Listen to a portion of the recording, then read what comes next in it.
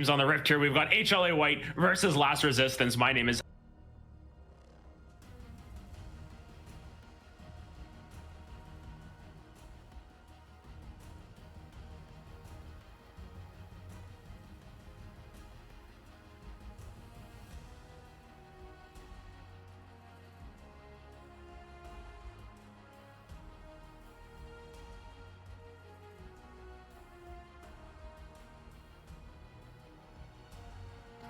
Yeah, so for the time being, it is actually HLA who are going to have that game lead going into the series here.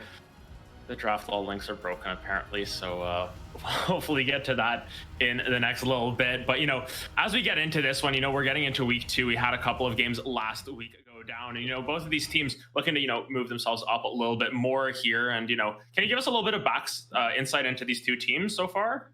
So taking a look at them, I mean, a lot of their players, just like many other teams that are competing right now, a lot of it is pretty standard meta stuff, except for I was looking at Michigan's profile where he was actually a pretty known Yasuo player as being some of his most played, but anything else is kind of the stuff we're seeing that is just general meta.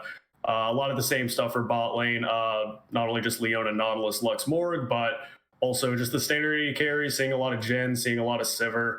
I kind of want to take a look at when we do go into game. One of the players that will be interesting to look at is possibly Young Cricket, playing a lot of both Riven and Sylas. I think those are two champions that, it's just, having a higher skill ceiling, you can actually show a little bit more depending on the amount of experience you have on those two. Yeah, so, we're going to see some interesting picks come out for sure, as fingers crossed we're going to get ourselves back into the mix of everything. But of course, Last Resistance Academy here going to be backs up against the wall a little bit here, playing with a little bit of a different roster from last week.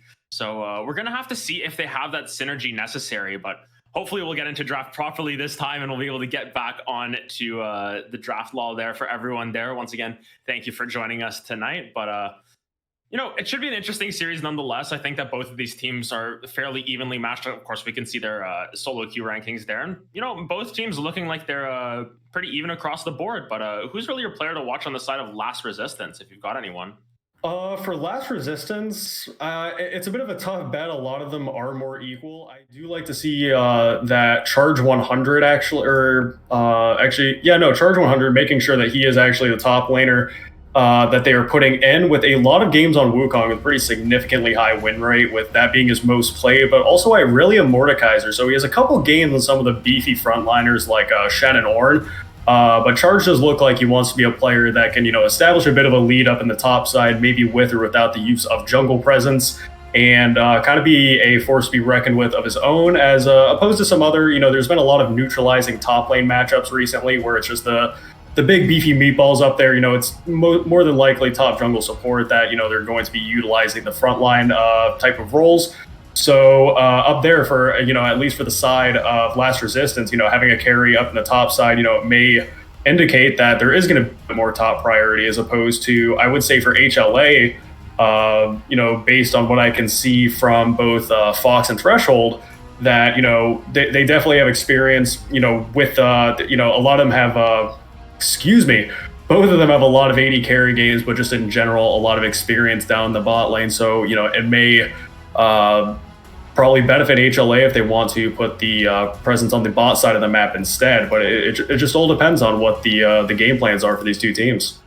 Yeah, and we can see the first couple of bans coming through. I believe it is Last Resistance that are also missing some bans from their roster swaps.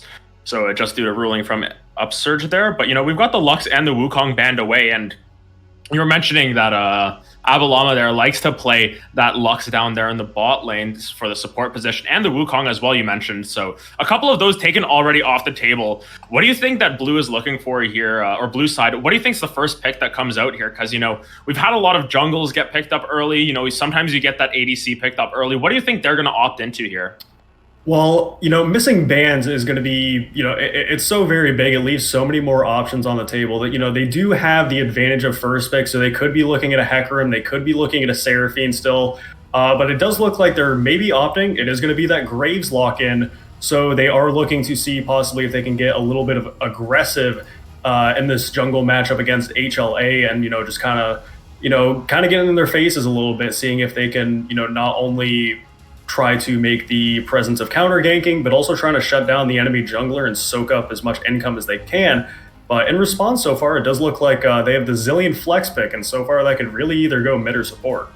Yeah, Zillion, gives someone a lot of speed, and sometimes what we see is the Hecarim come out right after. Hecarim, of course, gets more damage the more movement speed he gets, and Zillion gives you 99% speed, so might be something to take a look at there. But we'll see what that pick that comes through. But Zillion, one of those flex picks. Where do you think it matches up in terms of the champion pools that you were looking at there? Do you think that's more likely to go mid, or do you think that's going down to the support position?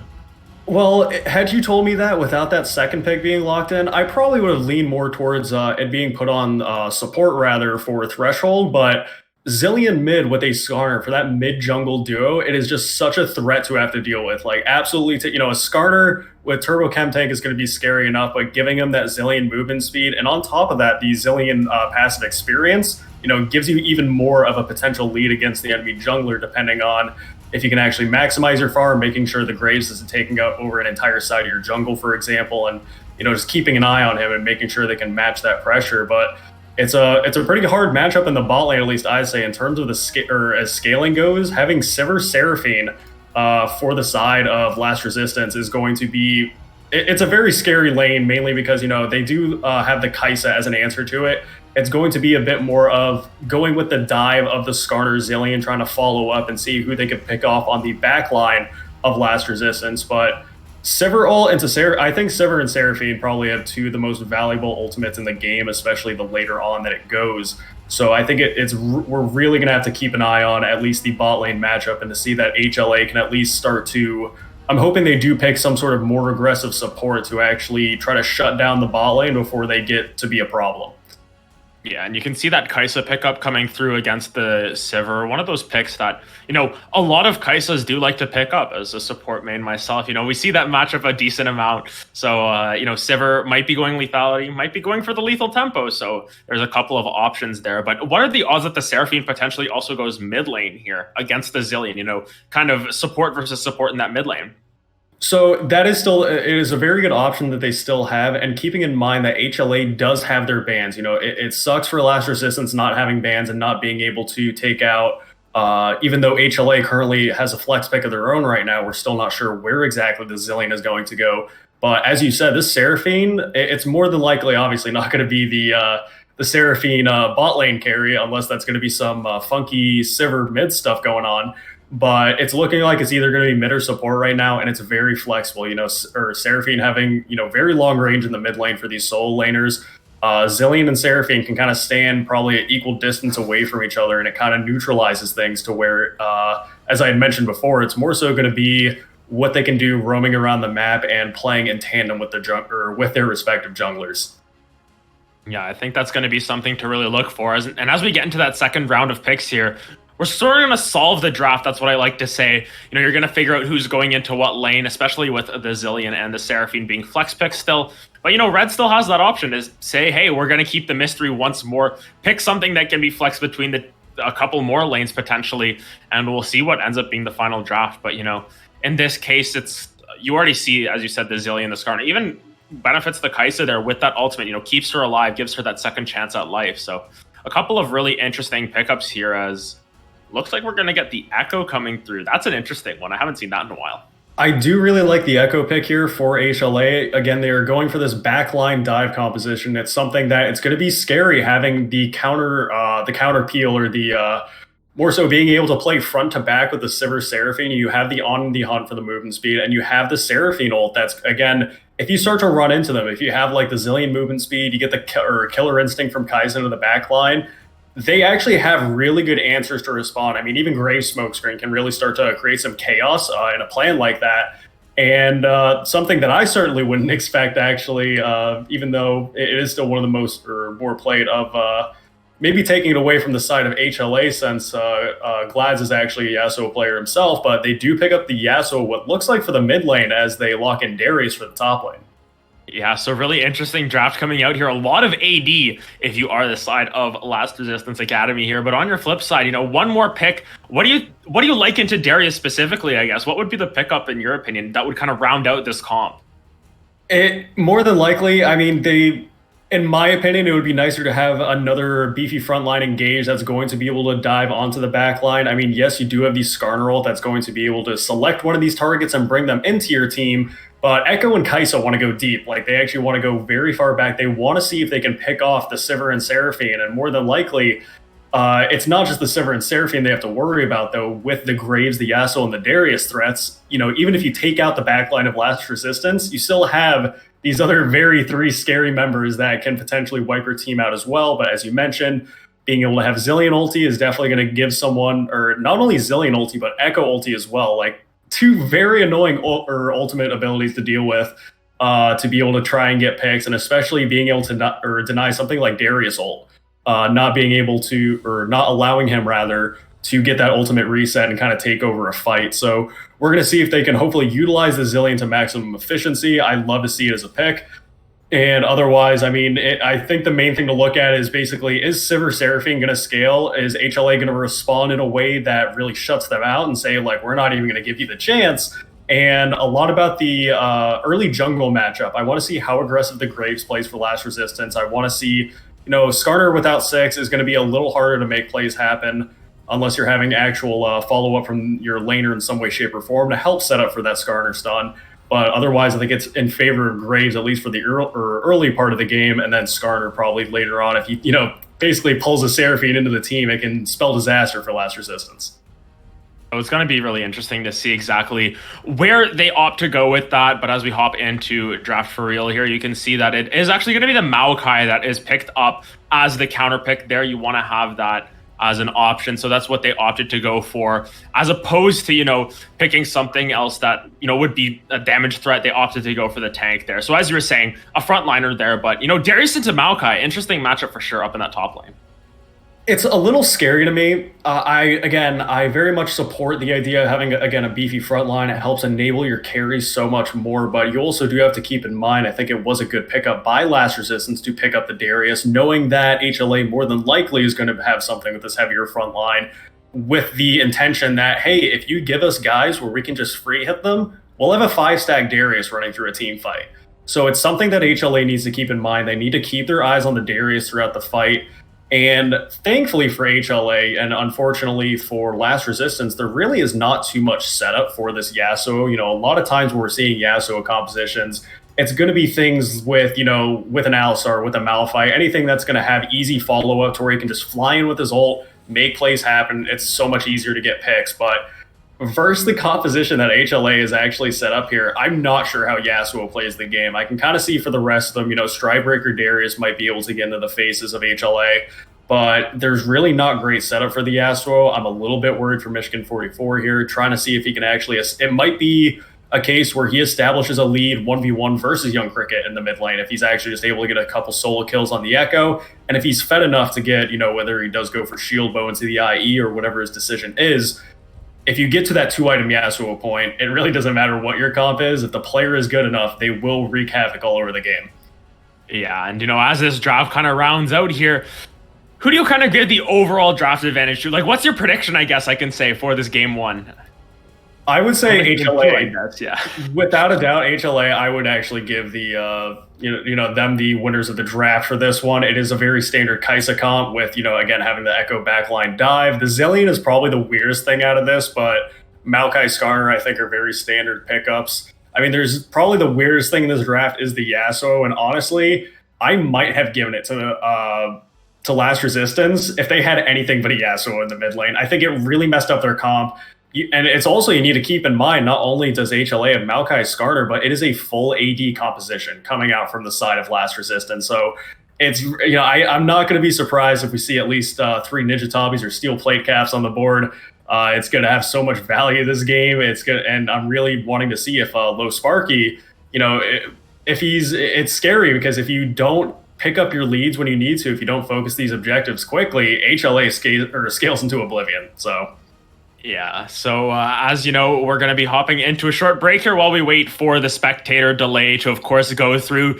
So as it stands right now, it is 1-0 for HLA White. They're looking to go to 2-0 on the season here, whereas on the flip side, Last Resistance trying to stave off going 0-2 to start off the season. We'll be right back after this short break.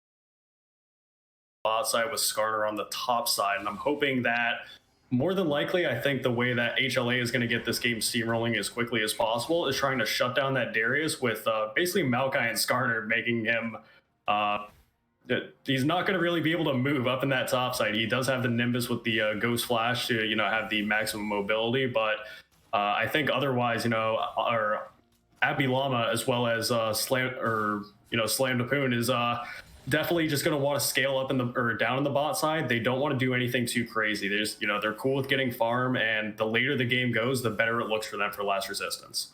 Yeah, and as it stands right now, just pretty standard laning. Sivir missing out on a little bit of that CS, but you can see level 2 coming out from HLA already. It looks like they're going to go for that double bomb, but Slam Dapoon able to just stay away. So a little bit of trading back and forth, and now they hit that level 2 mark. But up at this top side, Glads is going to be in a little bit of a rough matchup into Charge on this Darius. You can see them trading back and forth, but opting for that aftershock, so really wanting to get those extra resistances when he goes in here. Kind of what are we expecting in this matchup actually, as Charge gonna go and get a couple of stacks down as Glad's able to knock him back? The reason why I was originally thinking that Tenfold does want to go up to the top side to help out Glads was part of the reason of taking that aftershock, where he's wanting to rely on the setup more of his W, getting those resistances to be able to sit in his face while someone else is helping him follow up, as opposed to him just kind of going 1v1 dueling with Grasp of the Undying. And speaking of keystones, though, I was a little wary taking a look at the support runes. Both Seraphine and Zillion do have Summon Airy. I'm less worried about it for Threshold because be a bit more annoying with a couple points and Zillion bombs early on as opposed to straight Emax. And Airy can help you apply that extra presence in lane with a little bit more poke damage, but Abby Llama, as I said, with the Seraphine Sever, you guys need to survive. It can't be something where you're caught off guard, either 2v2 or with some sort of jungle mid presence. So I definitely think Guardian would have been the safer option, but it's more so I guess they do have the confidence that they can play safe enough, and it looks like there's a fight down already. The root and the exhaust going to go down onto Fox there, but looks like he's just going to burn that heal and get out of there. You can see those boomerang blades starting to do a decent amount of damage, but slammed not a whole lot of health to speak about. Meanwhile, in this mid lane, it's going to be Young Cricket getting knocked up and into that smoke screen. He's going to get actually ignited there by the Graves. Just realized he had that ignite, and that's going to be first blood going over to Elo Sparky. That's what we needed to see from this Graves pick. It needs to be that early jungle aggression, because more than likely, Tenfold, level 6 Skarner, that's when he's really going to start being able to pop off. And it does look like he's moving towards the top side, so he may get a punish off on Charge right now. He does have both summoners available, but let's see if Glads can set it up for him. Yeah, so Glad's going to go in with that Twisted Advance. That's going to be the Ghost coming out from the Darius, but you can already see that the full stack's coming through on that Darius. Glad's is most likely going to burn down unless he gets a little bit of healing. But that's also going to be actually a kill over to Charge already. He's turning this around. This might be a double kill already, as Tenfold is forced to flash out of there. Charge turns around the gank. Very solo queue-esque. It's one of the things that, ganking a Darius needs to be well coordinated. Otherwise, we just saw that last resistance was able to do. Charge turning the 1v2 versus that gank from Tenfold. Very confident, as we saw that, he was able to not really use his summoners defensively and say like, oh, I need to head out of here. He's like, no, I'll fight you guys. This is fine. So, that has helped him establish that CS CS lead up in the top lane, already up about 15 CS, and having that kill under his belt as well. That is what we needed. As I was saying, that HLA definitely do have the advantage when it goes later on into the game, I think, with the backline dive comp that they do have with the Kaisa.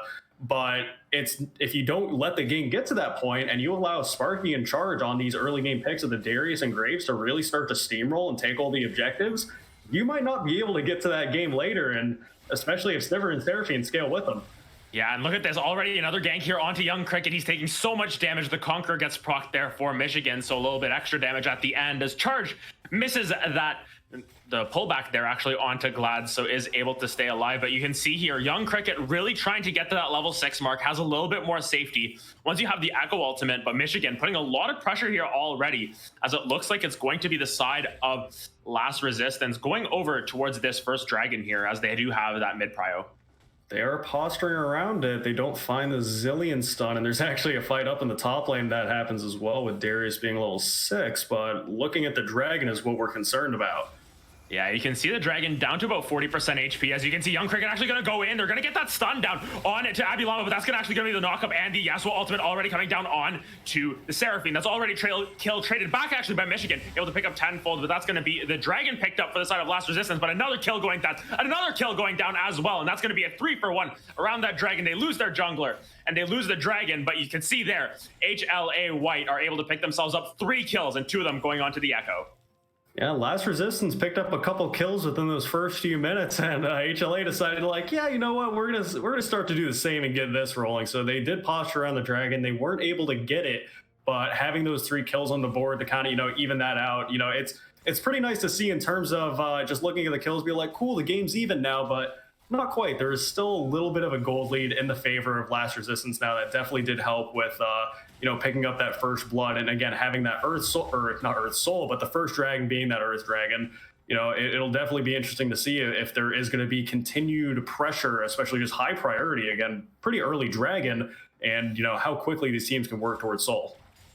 Yeah, and if we just take a look at that gold difference right now, you can see a lot of that is coming through that top lane between Charge and Glads, but that's already going to be the Noxian Guillotine coming down. That's a lot of damage. Just, getting the Maokai poked out very low. He's forced to use all of his potions there. And, Charge has a good wave here. He might be looking to pick up a couple of plates. You can see this top pressure that Charge is putting down onto Glads here. Just, the Darius versus Maokai. As Maokai, it's really difficult, of course. He just gets, poked down, and Charge just has more damage. That's all we can say. As actually going to be the return gank here. That's going to be the Nature's Grass coming through. That's going to pull Charge under tower. Actually, that's the Skarner ultimate as well, as they continue to do that damage. The phase rush was proc, but Charge going to try and walk out of this one. He has already used that ghost as he looks for a little bit more damage. The Q going to give him a little bit more healing, but tenfold going to be able to get that stun, and it will be the Bombies actually that cleans that up. So a good return gank up in that top lane to give Glads a little bit more room to breathe.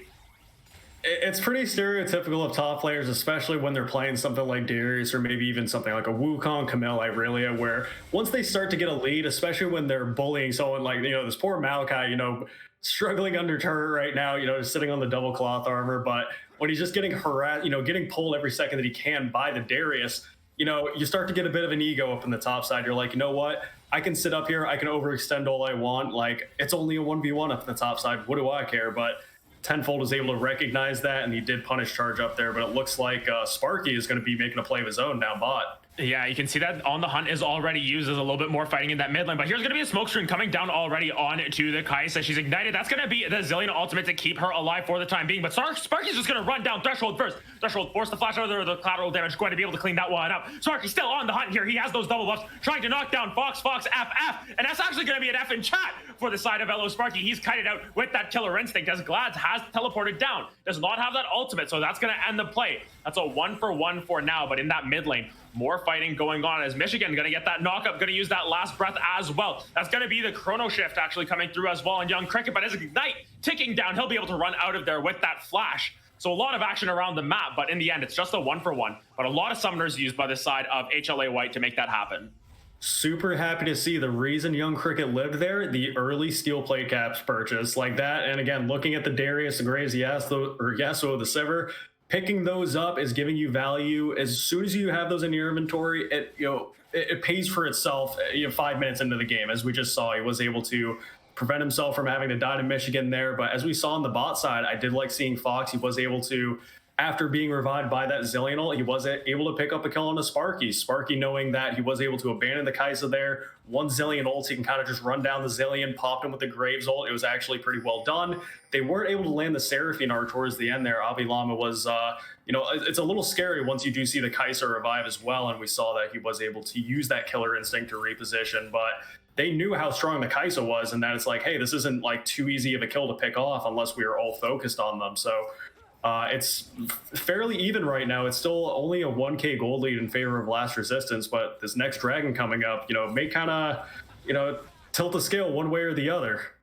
Yeah, and you can see right now a lot of that gold lead still coming through that top lane, and actually just the CS advantages across the board. Actually, if you want to look at that top lane gold advantage, that's where the gold difference lies right now, and you can see Glad still having a little bit of trouble. That's going to be the passive from the Darius coming through. He did pick up those Merc Treads, so going to flash forward. Actually, that's going to be the Noxian Guillotine, the bleed coming through. One last auto attack going to confirm that kill for Charge up there in that top lane, and Glad's just not having a fun time on this Maokai versus Darius matchup. It hurts so much. Again, I think there were several. I'm not a top laner, especially. It is not my place of focus, but it's so hard with the itemization that Glaz decided to opt for. I would definitely say not only doing Grasp of the Undying, but utilizing Time Warp, Tonic, Biscuits, and Corrupting Potion would allow you to sustain through this aggressive lane of the Darius. But now Michigan's has a problem of zone. Yeah, Michigan gets that double bomb put on top of him. He's forced to flash out of there, but Threshold actually going to take down very low here. He's going to use that ultimate on himself, going to get that revive, but Tenfold now behind enemy lines. He's going to try and flash over that wall. Nimbus Cloak going to get him out of dodge there, but blue team actually on the top side picking up that turret. They do proc that dragon though, so trying to get a little bit more damage here onto Spark. There's the Chrono Shift back as well. A lot of damage from Young Cricket. He's trying to get down that one last kill. That will be the Ignite taking down Michigan as Young Cricket uses that passive to try and get out of there. I don't think Slammed has enough mana to throw out that Boomerang Blade. Actually going to go back in as he procs that stun. That's a lot of damage coming through, and the Boomerang Blade just going to miss there. So it's going to be a dragon secured here by the Kaisa. So HLA picking up that dragon as well as that kill onto the Yasuo. Young Cricket on this Echo has actually been playing pretty ballsy. Like that was actually pretty nice. I mean, even towards the end, kind of playing with the Sivir there, but we saw him running into 4 members of Last Resistance with basically the entire team of HLA is still worrying about the dragon. They're still in the pit. And they're also worrying about Sparky, who was kind of doing the same thing that Young Cricket was. Like each of these members on each team are 1v4ing in their own different way, and they're still able to utilize their mobility. And right now, this poor Maokai up in the top is going to get ghosted on, and it might be another. Charge has that passive down. He does not actually have the Noxian Guillotine quite up, but I think that bleeds just enough. He's just going to keep autoing him down. Use that Stride Breaker to get the initial slow, and Bramble just not enough at this stage in the game to stop all of that damage coming through from the Darius. It's so very scary, and I think probably one of the best answers that HLA would have right now is, as they're doing right now, they're sending Fox and Threshold up in the top lane. They're going to allow this 2v1, but actually there's a 2v1 mid. Yeah, it looks like Michigan going to have that fully charged Steel Tempest up and available. Going to use that on Tenfold to try and get out of that, but Young Cricket just going to go right in. That's 2 stacks, 3 stacks of that Echo passive. Going to get a whole bunch of movement speed, but that's going to be the Impale actually. Really well timed to stop any sort of re-engage there from the Yasuo, but it's going to be Sparky. Wait, Threshold is here. He uses that ult at the last second as Cricket going to keep walking forward. Has all of that movement speed, but will get ulted. Oh, he ults at the last second, able to stay alive and by a sliver. It is Young Cricket who stays alive there. He had like 50 HP and he ulted just to get out of there in time. And with that kill onto the Yasuo, they're going to push into this mid lane with that Rift Herald. No plates up and available. That's going to be a good change of pace here for the side of HLA White as they try and claw themselves back into this one. Wow, actually Darius going in 1v4 though. Oh yeah, Tenfold taking down quite low there, and looks like Shelly's not tanking it up, but that's going to be this double bomb coming through onto Charge, but not going to do too much. He has those Merc Treads, so able to stay alive, and a lot of pressure coming out, a lot of fighting, but no kills in that one. As we'll see if they try and re-engage, but Threshold actually going to walk up too far. He's going to get pulled back in. He's going to be able to get that stun down, but does not have that ultimate quite yet. It's going to be the Encore actually. Oh, it's going to be the flash away from Fox as Young Cricket able to get out of there. So a couple of ultimates, a couple of summoners used, but no harm, no foul, as no kills in that fight once again. And it's such a slim margin every single time here. I really like watching Young Cricket. He has actually had some moves on this Echo, and I think giving it to Threshold as well with a very nicely timed Zillion ult as well is actually proving that despite being down a little bit of gold still because of the disadvantage up in the top side, they're actually still in this. Like they're definitely getting these plays. They were able to pop that Rift Herald mid, even though they weren't able to break it down just yet. But it's actually really interesting to see. I definitely think a lot of this is going to lie on Cricket and Fox to be able to kind of make up for the rest of the things that they're having to deal with. They still, like, no matter what the top side is happening, it doesn't matter that Maokai is 0-3. He's still Maokai. He's still able to do his job. He's still able to just be a big beefy meatball just to stand in front of the Kaisa and the Echo to the best of his ability. Like, if he dies in those fights but he's doing his job, that's all HLA needs to worry about. Honestly, if you take a look at how this game is going to go, it's going to just be the idea that Maokai is inevitable. He's going to get tanky. He's going to get to 2 items, 3 items, and be able to be that frontliner. You still have Tenfold, who has that Frostfire Gauntlet as opposed to the Turbo Chem tank here. A little bit of an interesting choice as Charge pulls nothing. He cuts a couple of blades of grass there, but it is there's still a lot of frontline without the Maokai, and the Maokai will eventually get to that point. So if you're the side of Last Resistance here, the other four members on the map, you are behind. And, what do they have to do with this Darius specifically to try and get themselves some leads elsewhere around the map? Does look like HLA is starting to play in a unit for them or mid now, and it might be a Skarner roll if they can find Michigan. The pull doesn't land. It looks like they're just going to kind of bide their time for now. Even though it's 16 minutes into the game, though, everybody on HLA besides this Maokai are actually grouped up, seeing if they can maybe break open this mid turret. But it might be a Seraphine ult on the side unless a Skarner roll takes her. Yeah, but that's a big pull coming back forward. That's a three-man Yasuo ultimate as Darius damage comes down. Slammed upon, able to pick up that kill onto Threshold. Charge coming through as well. With one kill, might be able to get that second one if it takes down. Seraphine was taken down, but a huge pull from Charge, and that's what we were talking about as well. The only knockup they have for Yasuo, apart from his own Steel Tempest, is that pull, and they get 3 with that one. We joked about it and said, like, what are they going to do? 5-man Darius pulling for a Yasuo? And yeah, just about. As actually on the bot side of the map, it is tenfold burning down. Michigan taken down quite low, and Glad has a really good disengage ultimate there. But that's going to be the Cloud Dragon taken for the side of Last Resistance. And right now, sitting on about a 4,000 gold lead. They're feeling pretty good about themselves now.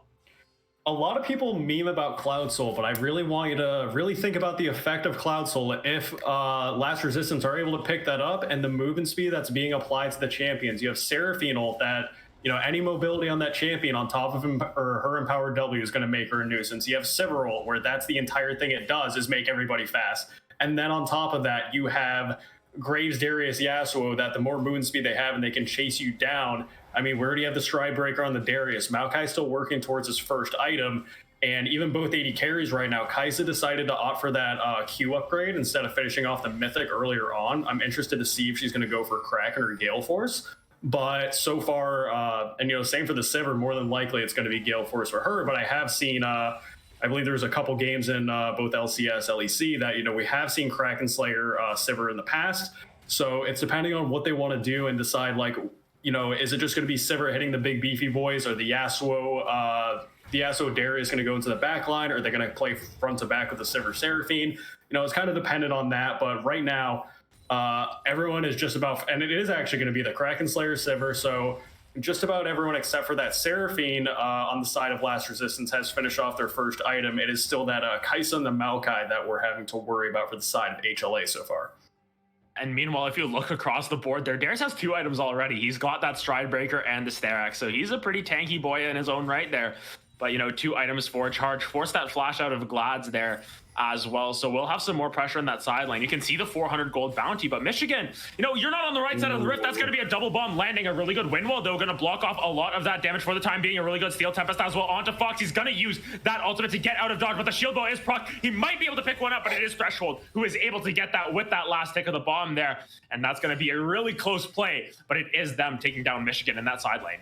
The fact that it's that close in a 1v3, like the Yasuo was 1-3 before that fight starts, takes on 3 people and almost kills the AD carry. Like, that is absolutely horrifying. It really does show the strength of the Yasuo right now, that as soon as we're starting to think about the second and third items for him, he's proven that, he doesn't need the Yasuo comp. He doesn't need the setup from his teammates. He can do his own setup. So, and up in the top side, the second Herald is going to be used to see if the split pushing Zillion for Threshold to see if they can start to unlock this top side here for the side of HLA. And right now, otherwise, it was pretty interesting to see where at least Tenfold Fox and Threshold, they have been moving together. Young Cricket was with them at another point as well, but we have seen that at least the Zillion and the Skarner are actually moving around together a lot, and they're wanting to utilize this Skarner roll almost off cooldown and seeing how many picks they can get with it. And it looks like it's not available right now, but you can see where the Skarner's going into the blue side jungle. He wants to get hyphy. They do have the confidence that they want to find these picks. And I think that HLA understands that if it's a full-on fight, I'm fairly certain Last Resistance wins. If it's a full 5v5, Seraphine ult is landed, the Sivir is able to not get completely blown up by the Echo or the Kaisa, it spells trouble for HLA. And you can just see down in this bot lane now, it is Michigan on Glad's duty here, just tasked to fight up against that Maokai. But, Maokai doesn't take a whole lot of damage until that last or the final breath comes through, whatever it's called. But here comes Michigan. He's trying to get a little bit of damage. Young Cricket actually on the top side. He is in a 1v4. Michigan takes down Glads on the bot side, and that's going to be a shutdown onto the Echo by the Sivir. And as you were saying, the 4v4 doesn't really work out if you are this side of HLA white. So you've got to try and find those picks, and they can't even find the pick. And they're turning onto this Baron here. But Tenfold is in the area. Baron is ticking down to about 7,000 HP, you know, still relatively healthy, but you can see Charge is the one who tanks that up. Level 14, got those 2 items, got enough health, and Sparky actually has the smite advantage here, up a level, and you can see Zillion on that bot side as well. Looks like they're just going to give up this Baron for free. It is a 5v3, you know, they definitely do have the numbers advantage. Last Resistance are able to secure that Baron. Again, one of the biggest problems was Glads being taken out on that bot side. You know, it's one of those things where if you are trying to utilize a solo laner and they are pushing a side lane and they say, hey, if they go for Baron, I have teleport, I can respond, I can be there.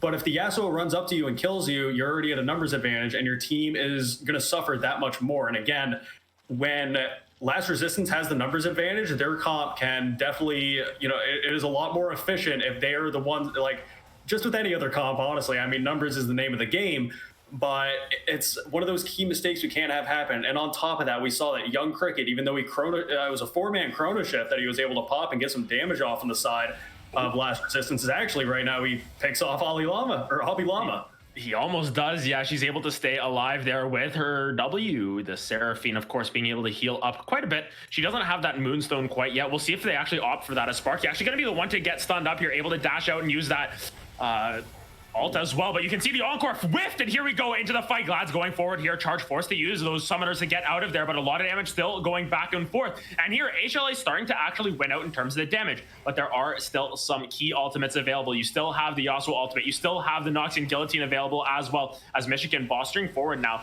You can see the zoning potential here from the Zillion, though. He's able to just do so much, but look at this. It's actually going to be the Seraphine who steals the dragon, and all of a sudden the fight is turning around here. Young Cricket is taken down. Michigan going on a killing spree at the back there, but Slammed Upon going to be able to get that kill as well. Elo Sparky did go down as Tenfold, trying to stay alive for as long as possible, but Michigan here in a 1v3 has already picked himself up 2 kills. He's looking for another one, but it is Glads and the present there. Happy birthday, here you go. A 4v3 at the end of the day for the side of Last Resistance, and by that Seraphine. And look at that, they're on Soul Point now, and this is starting to look really grim if you are HLA white. It's definitely frustrating, especially being Cricket, you know, making the play with that, kind of doing your thing of trying to pick someone off. You're like, okay, cool. I didn't kill the Seraphine. I wasn't able to pick off Hobby Llama, but she's super low. She's not going to be able to kind of frontline with her team. And we did see that originally she was backing off. I think she wanted to actually just say, like, listen, guys, I'm resetting. There's no way I can participate in this fight without just getting picked off. But she kind of stays in the back, kind of lets HLA forget about her. And amidst all the chaos that, you know, is going on when the fight first begins, you know, being able to swipe it away and get to Soul Point is a huge, huge point for Last Resistance. And also is one of the things where HLA, I think we saw a little bit of desperation from Tenfold when we, you know, you have to think about the targets that you are actually using the Skarner ult on. And if it is not Sivir Seraphine, it might be a bad time. Like, I would even argue and say, like, sure, maybe Yasuo Graves, it's a bit harder with both of them having shield bow, but the 2 easiest targets going to be your Sivir Seraphine. If that's not what you're using Skarner ult for, the fight is already going to be at a bit of a tough time, especially if you are, as we saw, trying to pull in a Darius.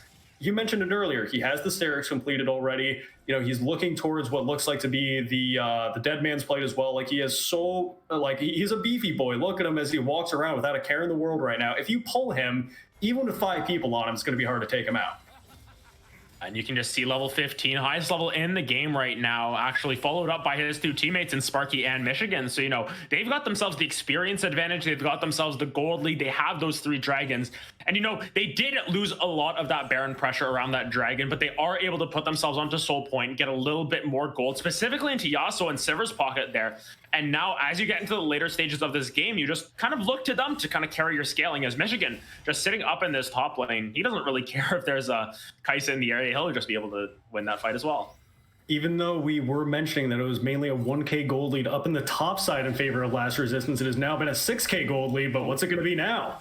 Yeah, Threshold just gonna get taken down. Doesn't even use that ultimate. Just so much damage coming out from Charge with that bleed. And, use that Sivir ultimate to get even more movement speed. And you were talking about, Cloud Soul makes these ultimates on such on a lower cooldown, gives you a lot more movement speed. So Sivir's gonna get that ultimate up a lot more often. She's gonna give her entire team speed, give herself more speed. Gonna be useful for running in and out of fights very well. But you can see they're just gonna continue pushing up as Charge has no cares. He's taking up this entire tower. Really good dodge actually on that Encore. And it's going to be the Nature's Grasp coming forward. That's gonna be the pullback onto Charge, but he's still relatively tanky. He's gonna actually go down there. Glad's able to pick that one up as Young Cricket goes on. Michigan on the top side, tenfold in the front line. They're actually turning this fight around. That's gonna be a kill onto the Sivir as well. That's a 2-for-1 thus far, as it is the Skarner who goes down. Young Cricket slowed up a little bit too much as Glad's continues to move forward, but he might have bitten off a little bit more than he can chew. That's gonna be Sparky and Abby Llama taking down a lot of damage, and that's gonna be Sparky picking himself up his 4th kill of the game here. They're starting to turn this one around. Michigan actually gonna go in onto Threshold once again. He does get that ultimate back up in time, but this fight is not over. It's gonna be Young Cricket going back in there, forced to use that ultimate. Not a whole lot of healing because of that Ignite,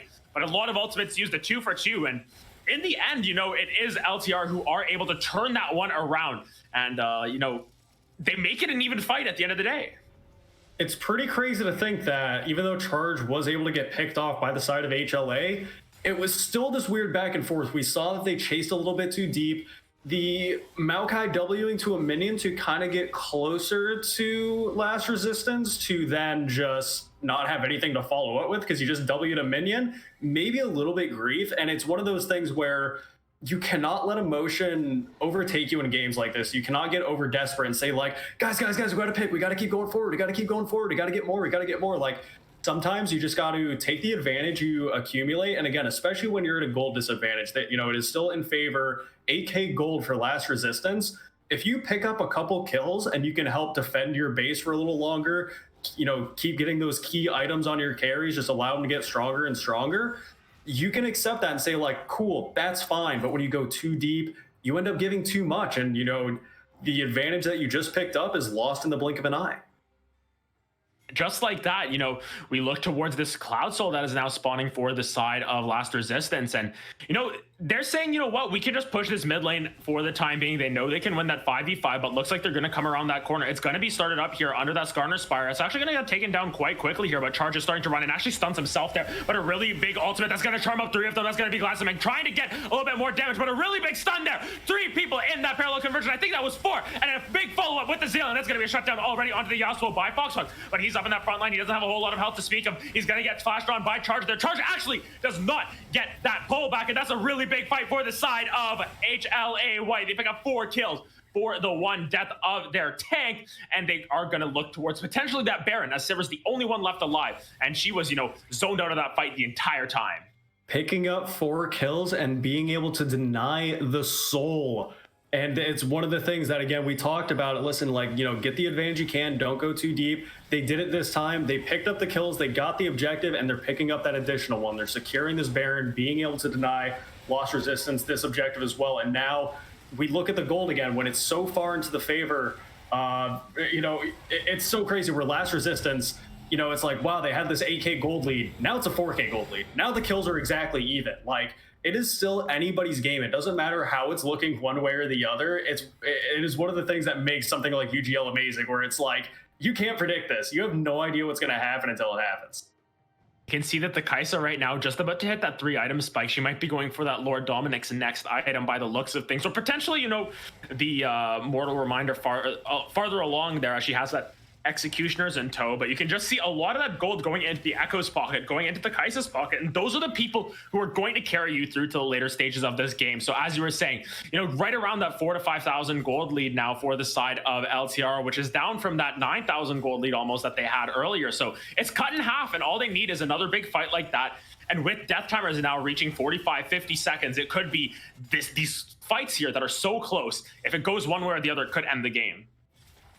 I always have this conversation with people when it comes to grievous wounds. If we actually take a look at the itemization of HLA, one of the opinions that I have, and it mainly applies to mostly the mid and the 80 carries, that your item power spikes are so important. Getting that second, third item completed, like at the timings you need that, delaying it 800 gold if you're picking up, say, the Executioner's Calling for the Kaisa, you're delaying 2.5 kills from, as you said, being able to finish off Lord Doms. But actually, a fight pops out or starts to pop off here. Yeah, and that's going to be Seraphine actually stunned up. She got a nice ultimate actually picking up 2, but that's actually going to be Threshold able to pick up that kill. Tenfold actually up in that front line, going to be taken down, but Slammed Upon is able to pick up that one. Threshold actually taken down very low as well. He does not have that Zillion ultimate, and as we were saying, it's going to turn around just in a blink of an eye, as it is going to be Glads, who is eventually taken down by Sparkus. Charge is still on the charge here. Going to use that Stride Breaker, going to try and get on to Young Cricket, but you know, his ultimate's not going to bring him anywhere closer, as Charge able to pick himself up another one. That's a reset on the Ghost as they changed it. He's still going forward. He just has no cares in the world, but Fox is actually able to kite this out for a decent amount of time before Charge is able to take him down, gives up his life in exchange, but that's an ace. 5 for 2, and they're starting to push down this mid lane. Might be able to pick up an inhibitor, but you know, it's only the Zillion and the Skarner who are up in the next 10 seconds here, so they might be able to pick themselves up a tower. So, you know, just in the blink of an eye, the Baron is thrown away, and now with the 7,000 gold lead, they continue to push into that base. They're going to get one tower here. Will they be able to close out this game? Actually, it might come down to that. Looks like they are going to back off for the time being. So one Nexus tower down, but a really good turnaround from them. It might be, you know, punished immediately. The Skarner is charging forward to seeing if he can, you know, pick off and avenge his fallen comrades, and even a Maokai TP on the side. Yeah, Maokai actually going into the back line there. Tenfold does not have the impale. Actually, he does have it up already. That's actually going to be slammed upon, taken down by Tenfold, as it is Michigan able to get away from the Glad's TP, but, you know, slim pickings after they lose their inhibitor, lose a Nexus tower, and, you know, they get the Sivir, but at what cost, right? The Nexus turret was greed. It was in, like, against a lot of different team compositions, I would have actually said, like, yeah, getting one turret, and they actually did make the unanimous decision where they're like, yeah, let's leave right after. We're not going to greed and try to end the game. We get the turret, we leave. But you got to think, as you mentioned, the people that are coming up in 10 seconds are a Zillion and a Skarner. Like, if you're walking away out of someone's base and you have 2 of the fastest champions running at you, you need to make sure that your timing is impeccable when it comes to getting out of there. At least you're, like, you might even have to, like, utilize Sivir ult to actually run away in a situation like that just to help with the rotation. But it's one of those key mistakes that you have to think about what you're up against.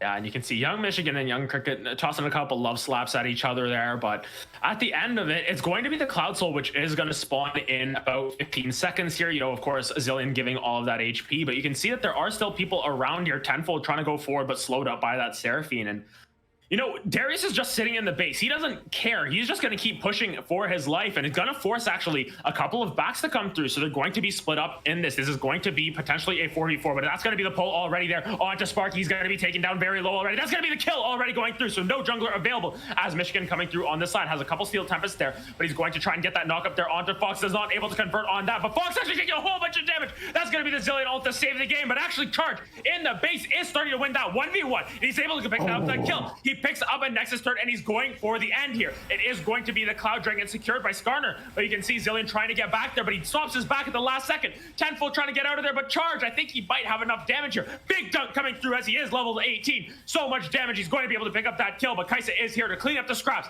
They lose another Nexus turret, but they get the Cloud Drake there. They're able to pick up 3 kills, and this is just on a knife's edge. They're trying to backdoor this.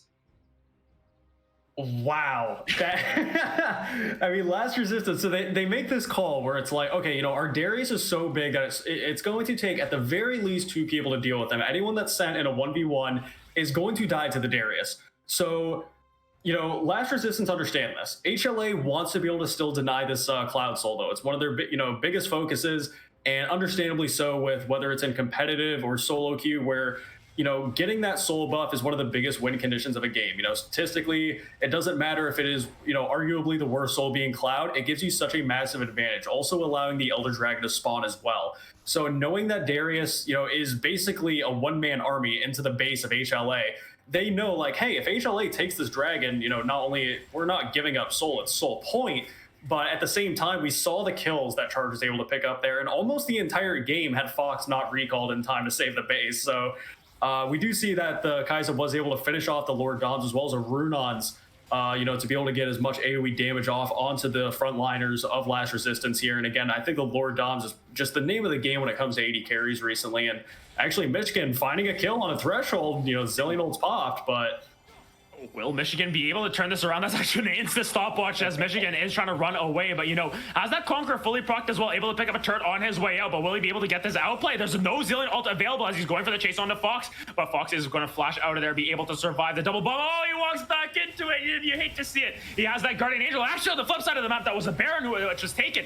As you can see, it's Tenfold who tries to get back in there, and Michigan still alive. It's going to be the trade there. Jungler for the mid laner at the end of the day across the map. But you can see that with that Baron, they're looking to just push into the base. They use that Sivir ultimate to go a little bit faster and charge. He's running up there. That's not the person you want to be fighting there. Glads is unfortunately taking a lot of damage. That's going to be a big ghost coming forward. No stun coming through quite yet as Charge continues to move forward, but Sparky in that front line, he's actually going to flash over pull Glads as well, but Charge going to turn that one around. Still on the chase so fast on this Darius, trying to look for that ultimate to be used, and the Encore is going to land onto the Zillion there. He might be taken down, but you can see they're just trying to zone them off of this Nexus tower. They're going right through the front door. Who needs a back door? And he can just push it right down, and that's going to be game 2 of this series, actually going into Last Resistance's hand. We've got ourselves a series now.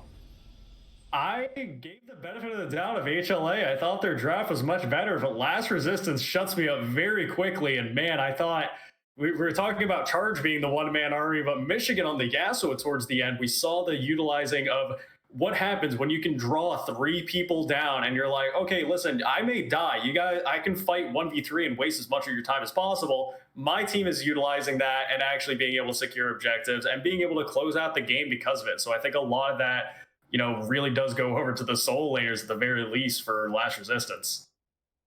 At the end of the day, it was quite the game coming out from the side of Last Resistance. And, as we get ready for, I guess, game 2, game 3 of this series, we were all tied up at 1s apiece. Who has the momentum now? Because technically HLA didn't win their game. They got their game won for them in some senses. So Last Resistance has the momentum going into this. What does that mean for them?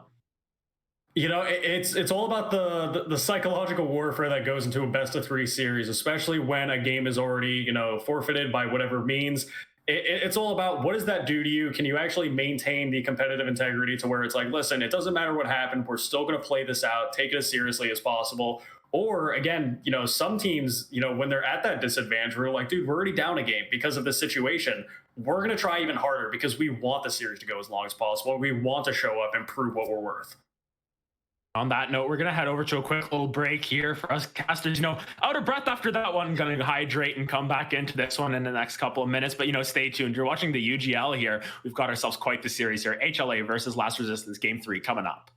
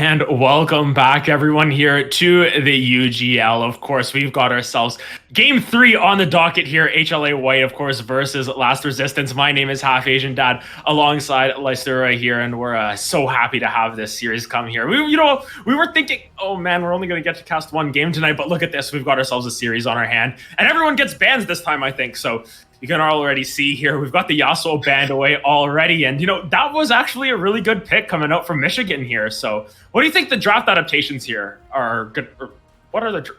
Let me try that again. What do you think the draft adaptations are going to be coming through from HLA White this time? So we did see on the side of both teams, a lot of players got their comfort picks, and we saw one of them being Michigan's Yasuo and such. And a lot of it is, especially in some of these smaller where maybe there's not as much priority put on like the big meta power picks, but more so like what are these guys the most well versed on? And we can see that Michigan, again, it doesn't matter what it's the 0-10 Yasuo power spike. You know what I'm saying? Like, it doesn't matter how much they feed early on. There is a point where they will go into a side lane and they will 1v3. They will draw that pressure. And, they didn't have the team fight composition to be set up to where it's like, oh, he's going to wipe a fight. But he was able to do his job. And because of it, Last Resistance were able to pick up the objectives that they needed. So it's not surprising to me that they are going to keep the Wukong ban. It does look like Resistance is still not going to be able to get the bans of their own. But I would not be surprised if a Darius ban comes out, if they still have that third one. And there it is. That was actually devastating for poor Glad's up in the top lane, having charge on that very aggressive Darius power pick. And we saw what he was able to do, that solid 1K, almost more gold lead up in the top side. And he really snowballed it to where there had to be 3 members of HLA to respond to him. Otherwise, he was just steamrolling over anything he ran across. Yeah, so, as we get into, game 3 here, we're going to have to see exactly what Charge wants to do up here on this top lane here. So going to be interesting to see where everything comes down. Apparently, that Graves ban is supposed to be a Graves pick. Question mark. So we'll find out what happens with that. Sometimes we use these pro drafts and it ends up just making it worse for everyone. So it's in general, we kind of look towards that, but it's going to be the Thresh actually locked in here for Threshold. I get it. I understand it now. It looks like Threshold going to be picking up his namesake there down in that support position. That's the first pick here. So interesting to see that come out early. Yeah, so they're allowing Last Resistance to have the support counter pick if that is what they're going for. The rest of the draft will be weird. I'm not sure how we're going to do this with the Graves ban / Graves pick, but more than likely it is going to be Sparky back on the Graves, which we did see he was able to utilize the aggressive early game with. He was putting a lot of pressure in the mid lane if we were able to see that there. And, kind of shutting down what was going to be a pretty scary Echo with Young Cricket actually showing some pretty flashy moves on the Echo. But it does look like there is even a possibility it's still let through yet again this game. So, and actually Seraphine is picked up as well. So it doesn't matter what competitive league you're playing in. Seraphine is going to be one of the highly contested picks. Yeah, Seraphine is inevitable in the end, but this time kind of what you're playing it into. It could still be that Seraphine flex into the mid lane, but we've got that Thresh matchup there, which might be a little bit more challenging for her here. But obviously, Tenfold going to be going back to what kind of worked for him in that early game, going for that beefier front line. And in his own right, he had a very good Skarner game. It's just that it was a little bit of a better game coming out from Sparky, if we want to put it that way. So, Sparky back on the Graves, they're saying, let's change it up. Let's pull out this Volibear. And, Volibear's been rising in popularity. We've seen a couple new builds come through. What do you make of Volibear right now in this meta, though? I mean, right now, there's still, HLA is really, they did it last draft as well, but they're utilizing the flex picks and they're wanting to make sure that, Last Resistance isn't sure where these picks are going to be going. This could be a Volibear jungle. This could be a Volibear top. This could be a Sylas top. This could be a Sylas mid. The only thing we know for sure is it is going to be Threshold with the Thresh down in the bot lane. And again, the Seraphine is also one of the things where it's like, hey, where's it going to go? We don't, or now more than likely it's going to be, it's going to be support or it's going to be as a bot lane carry. We still aren't sure, but it's more than likely going to be the Anivia. And if I would have to guess, I've seen Volibear jungle more popularly than top lane recently. So I think this pick is going to be for Tenfold for this Volibear jungle. It's going to be against that Graves. And I'm wondering how if Sparky can actually, keep up that pressure that he applied last game on that Graves, And he really did set up his soul lanes for success. And I think a lot of people, it's the different mindsets of junglers where you don't have to be the one that has 20 kills. You don't need to be the one like just wiping an entire game. If you are able to set up good map pressure, if you're able to, get vision in the right spots, get the be at the right place at the right time and secure those objectives, that if it puts your team in a good spot, if you put faith in your teammates, they can usually help follow up. I'm a little scared of Abilama on the Seraphine again. I really didn't like the use of the Seraphine ult, and also really just not utilizing the Seraphine heal to maximum effectiveness, as well as we are playing on patch 11.8, and that means the Moonstone changes did come in. A lot of people in the League community are commenting that they do think the nerfs were a little bit rough, that they didn't think that the Enchanter should really get, their kneecaps broken like that with how heavily they took out Moonstone, and a lot of people are anticipating that it's going to be a little bit of a shift into the Shurelia's Reverie instead, and with the changes that came along with that item. So it's tough to say, like, what is the value of Seraphine now? Do you still want to go the standard Moonstaff that we've seen for several patches? Or is it going to be flexed more into the mid lane like Riot Games intended, where they wanted her to be this, like, not really just support, but a mid lane mage that more so as utility more than anything? And, we're going to see exactly where the Seraphine kind of wants to match up. If they want to move it down to that bot lane, potentially. But as we get through, the last couple of ban misses here, of course, both teams actually were missing out on bans. That Graves ban, of course, was actually supposed to be the pick up there. So they opted to just be fine with doing a none pick there. But in the end, we're going to be able to look and see exactly where everything goes down, as we still have, the ADC to pick up. Okay, never mind. We've got the ADC picked up. It's the Sivir picked up here.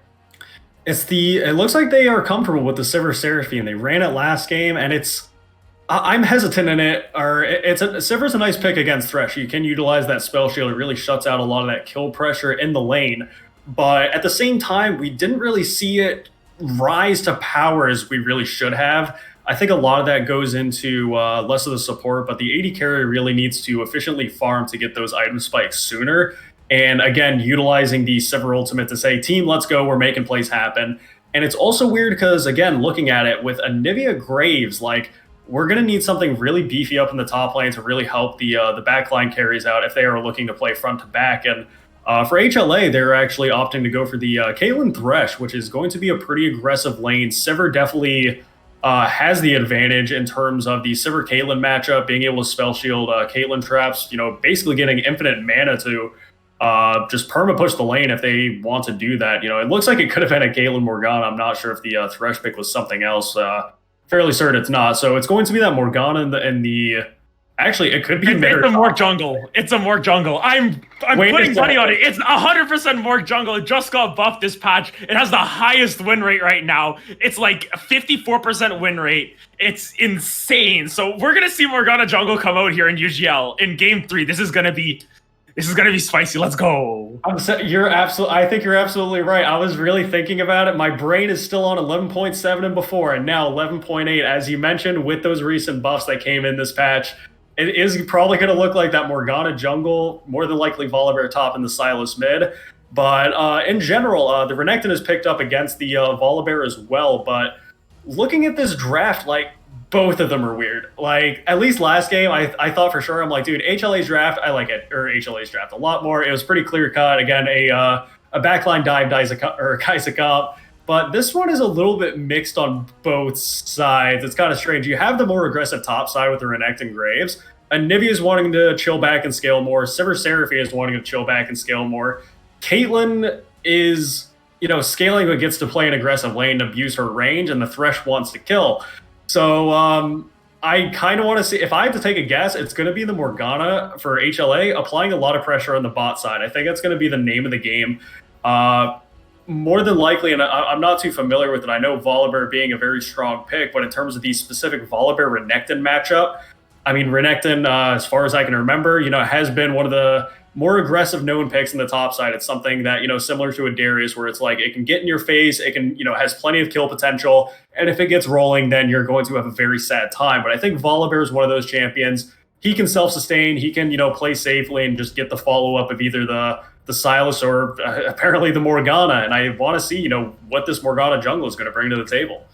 Yeah, we're gonna have to see exactly what comes through in the next little bit, especially out of this jungle, because Morgana jungle, I know she clears really quickly now, especially with those buffs that she received.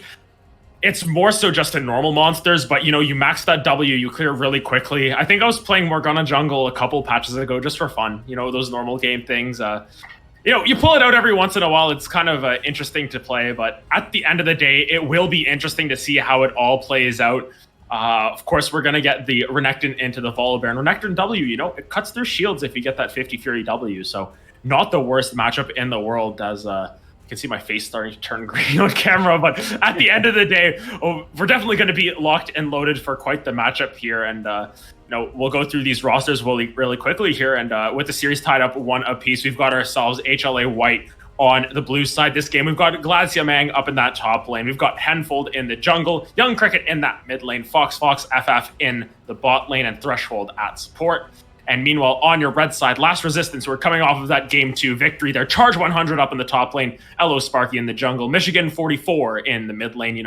43 of them were already taken, so he took that 44th one, slammed the pawn down in the bot lane, and Abulama down in the support position. So really going to be fun to watch this one. I'm excited for Morgana jungle. I love when, they pull stuff randomly just out of nowhere. But we also have a Sylas versus Anivia, and that's kind of an interesting matchup.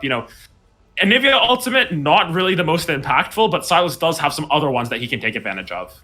That's kind of what I was thinking in terms of the Sylas pick. It's usually very situational in terms of when we see a Sylas picked up. There's plenty of times where I would say things like Several are especially cool. Sivir, Alistar, and stuff like that, where it's like, oh, you see that? Cool. We get Sylas. Not only do they have those annoying ults, but guess what? We've got them too. So it's kind of neutralizing it, and depending on the timing of the Sylas ult, when he can effectively cycle those with the cooldowns on each ultimate ability, that's when you kind of see the skill of how comfortable a Sylas player is, and in general using the nonstop fight ability with infinite sustain with W. But I really do think a lot of the attention should be put on, at least for the side of Last Resistance. It's going to be Charge and Sparky. It's a very aggressive top jungle matchup.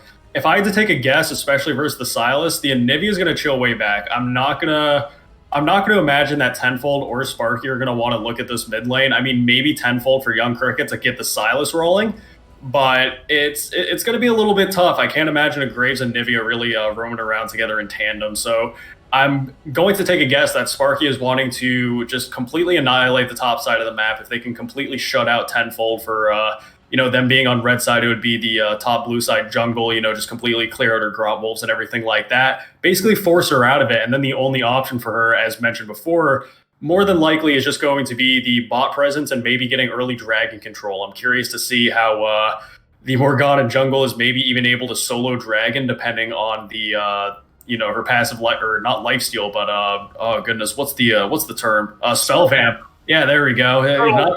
Old stat that doesn't exist anymore. Exactly. Yeah, no, it took me a second. I'm like, man, that was so long ago. But yeah, Spell Vamp is still in the game for the Morgana, so I'm interested to see if they are going to pick up those early dragons.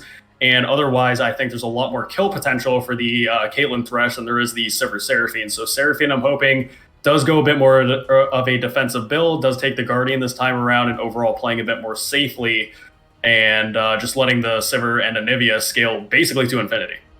Yeah, so, we're going to hop onto the Rift in about 3 minutes here, of course, waiting for that spectator delay. We've got ourselves quite the matchup here, as this is going to be Game 3 coming up of HLA White versus Last Resistance, Half Asian Dad, and Listura, of course, here on the microphones. We're going to head over to, as we said, a little quick break.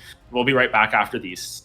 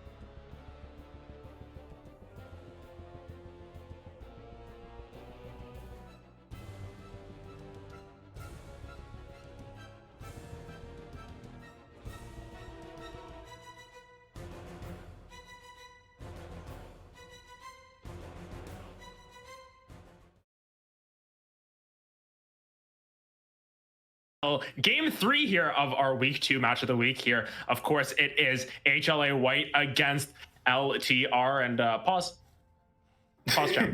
Yep, the pause champ. Yeah, no, there's going to be a quick pause. So while that's happening, I mean, we can still talk about the matchup right now, but it does look like, funny enough, HLA is sending a 5-man bot. There might be a cheeky little invade that starts off, and they do have the tools for it. They have Death Sentence from Thresh. They have the Morgana binding. You know, they have a lot of options to really catch out the side of Last Resistance. So if they can get a good level 1 lead, that'd be pretty cool to see. And I'm pretty sure right now what the ambient sound that we're hearing is just Volibear like snorting because he's in his queue. So he's just trying to run faster. So it looks like he took that stun a little bit earlier as well. But looks like... oh, not ready just yet. No, not it happens. It happens. This is how games go sometimes. But I mean, otherwise, taking a look at the other stuff, I am scared again for Abhilama, where again it's a lot more of an aggressive bot lane this time around. I think that Caitlyn Thresh is not an ideal lane in particular, but it's something that, as I had mentioned, has a lot of kill pressure. If you are able to utilize the Death Sentence into a flay for the Caitlyn trap, that's a potential at least 2 headshots, if not 3, if she can get the Caliber net in as well. So definitely, it's not as scary for Sivir. You know, she has the spell shield that's going to take up a good chunk of damage, but I'm very worried for a Guardianless Seraphine if she's able to get caught out early on, and we'll see what happens with this 5-man invade. They are going with the Thresh that's standing forward, but the Sivir is the only one there. I'm not sure if he started spell shield or not, but I don't think they're going to find anything. But he flashes forward, not able. But you know, it's a flash in response though. It's a victory, so HLA will need to keep in mind no bot lane flash. Please gank. Yeah, it looks like it's flash for flash at the end there. And you know, as soon as Threshold saw that she used her boomerang blade there, actually they were just like, hey, let's go right back to this, let's rinse and repeat, let's go for the flash, of course, because they knew that she didn't have the spell shield. If she gets hit by that hook, she's dead. That's basically a guarantee. And you can see that tenfold here.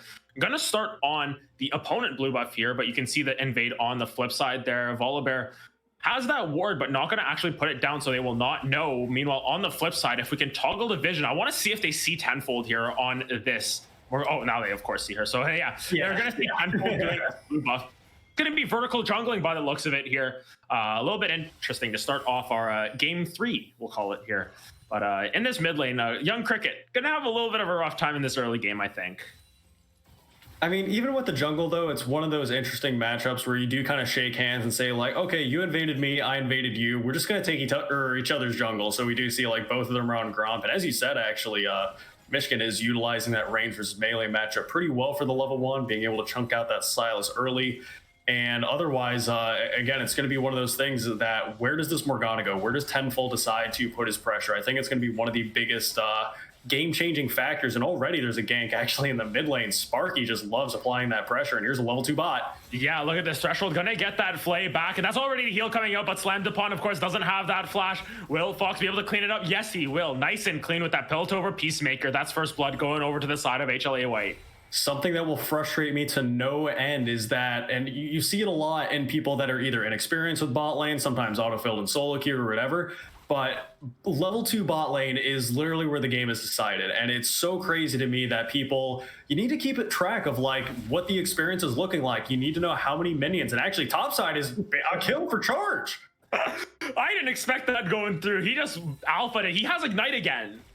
He took Ghost last game. He's taking Ignite this time. You know, refuses to take Teleport, and it seems to be paying off. And of note, we'll take a check on the Summoner spells. That is Ignite once again for Sparky there in the jungle. But you know, that's a kill traded back and forth, and Charge was the one to lead the charge, I guess you could say, in game 1 or game 2.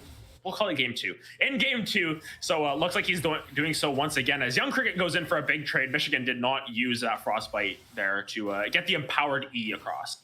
Yeah, I think a lot of teams, everyone has their established identity, right? You know, some people have the power mid lane, some have the, you know, power top side. And right now, I think for Last Resistance, it is Charge and Sparky that are the ones that usually have control of the game in their hands. And Glad's right now going a little too far forward.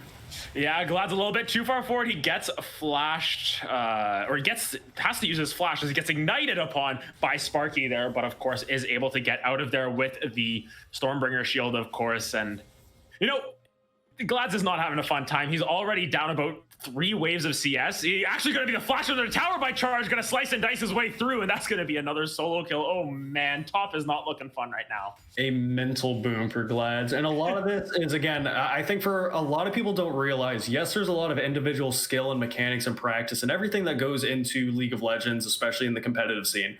But a lot of it is mental strength, mental endurance, and one of the things that when you're in a game 3, you had a tough time up in the top side already. Like game 2, really rough for Glads, very frustrating time. I do not put that against him whatsoever.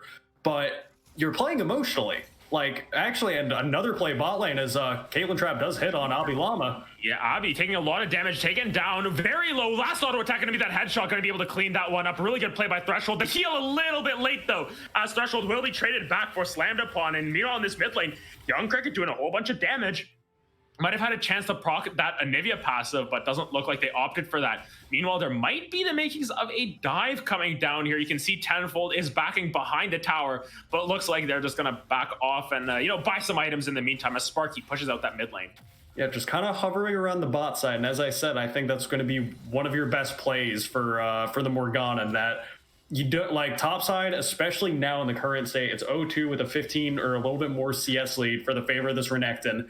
It's one of those things that you can't play emotionally. And we saw that the Volibear not only overextending without the vision, but it's the fact that you're running into a minion wave. A lot of people underestimate the damage coming out from minion waves. If you take minion aggro, it's like fighting a separate champion. So if you're fighting someone in a minion wave, it's almost like it's 1v2 or maybe even like 1v1.5, like 1.5 people. But then the Graze is there on top of it. And it's already that you're at a deficit, you're getting bullied by the Renekton under turret. And not only do you get caught off by that gank, but then you're dying on a turret again. And I love Charge so far. He has proven that he is a carry top laner. He doesn't need to be put on tanks or anything like that. He will not only go for the Ghost Darius for that type of aggressive play, but he will go the Ignite, press the attack Renekton. He loves the kill pressure, and it looks like a little bit more kill pressure might be coming in as Sparky's looping around the corner. Yeah, you can see a Charge had that Ruthless Predator there up and available, but looks like he's going to have to back off. Has the Dominus as well already, level 6. But meanwhile, on the flip side of the map, with Sparky showing up, looks like it is going to be Tenfold who's just dropping those pools underneath that dragon, taking it down so quickly here. And they're going to be able to pick up a very early first dragon here, right around that 6.5 minute mark. So good. Oh, Glads is dancing. But